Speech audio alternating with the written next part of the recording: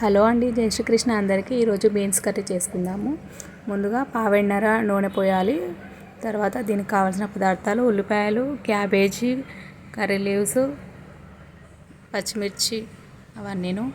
ఇంకా ఒక గిన్నె తీసుకొని దాంట్లో పావెన్నర నూనె పోసి తర్వాత ఆవాలు, జీలకర్ర, పచ్చిమిర్చి, ఉల్లిపాయలు వేసి వేయించుకున్నాను. తర్వాత అవి వేగిన తర్వాత వెల్లుల్లి వేసి వేయించుకున్నాను. తర్వాత పసుపు వేసుకోవాలి.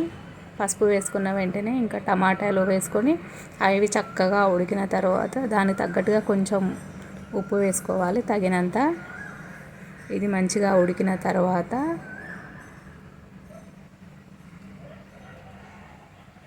ఇప్పుడు కలుపుకోవాలి. ఇది బాగా ఉడికిన తర్వాత అప్పుడు బీన్స్ వేసుకున్నాను.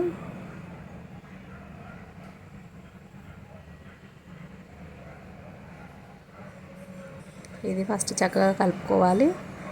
అలానే క్యాబేజీ కూడా వేసుకున్నాను. క్యాబేజీ ఉంటే వేసుకోవచ్చు, లేదంటే లేదండి, ఓన్లీ బీన్స్ కూడా వేసుకోవచ్చు.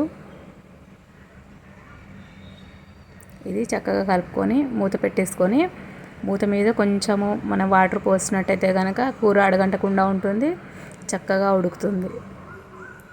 ఇంకా లాస్ట్లో మసాలా వేసుకోవాలండి. నేను నా ఛానల్లో మసాలా ఎట్లా తయారు చేయాలనేది పెట్టాను, ఒకసారి చూడండి. అంతండి, మసాలా కొత్తిమీరాకు వేసి కలిపి మొత్తం ఉడికినాక తర్వాత దించితే మన బీన్స్ కర్రీ రెడీ అండి. జై శ్రీకృష్ణ.